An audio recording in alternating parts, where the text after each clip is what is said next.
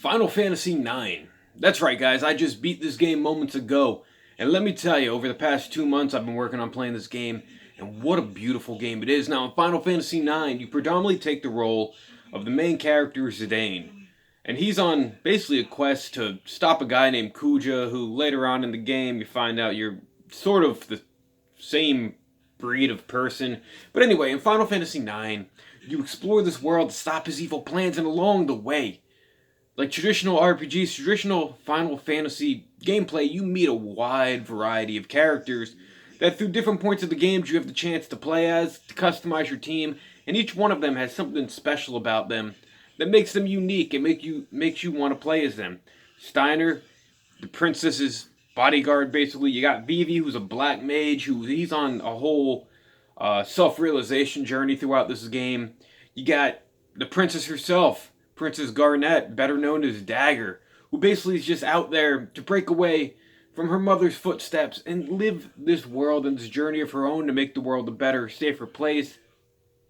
And just so many other people that you meet throughout this game, which makes the game very special. Now, when we talk about combat, like any RPG, the combat's very important. Now, you got your healers, you got your attackers, you got your guys who do black magic, which is basically your attack spells.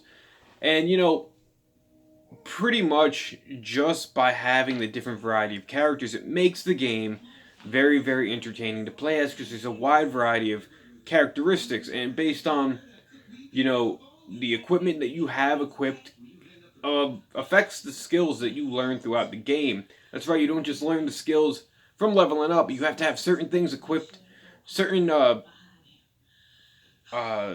types of equipment basically allow the summons to be learned by people who can learn summon spells, and it's very cool. Now the combat, you can have an active combat system or a waiting combat system, which I use active combat, which basically you can't attack until your attack gauge is full, and even then, it kind of still goes based on like your speed and stuff, where the enemies can attack you even before your attack hits, even if your attack gauge was full, which, it makes the game a lot more challenging, but it makes the game fun.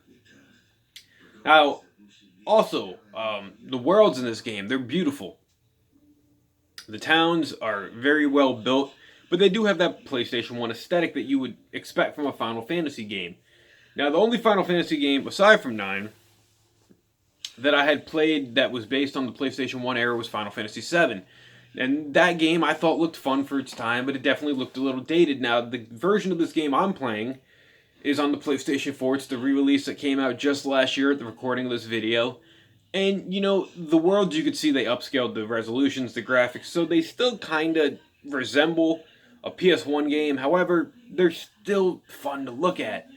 The music in this game is probably some of the best music I've ever experience in a Final Fantasy game. The way the orchestrated soundtracks just come together, it's very soft music in a lot of places, but it's very heartfelt music, if that makes sense. It's music that when you hear it, it's going to probably touch a soft spot if you're into JRPGs like I am. I really enjoyed it. I think Square Enix did a great job with the music of this game, and also just the character development in general, made for the game to be very enjoyable. You had your comedy, your humor, but then you had your very tones of serious points of the game where at certain times you were just ready to fight based on things that were happening, but at other times you could read the dialogue and just kind of laugh at it, and it was a lot more lighthearted than you would expect it to be.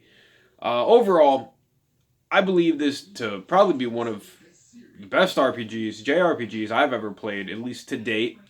And I'm surprised it took me so long to actually get this game, play it, and, review it for you guys, because it's definitely a game that I believe I probably should have played years ago. Overall, there's a lot of side quests, there's a lot of things to do to build your ultimate weapons, to go to the synthesized shops and use your items you've acquired to build new weapons and armor. There's probably about 70 hours worth of gameplay within this game.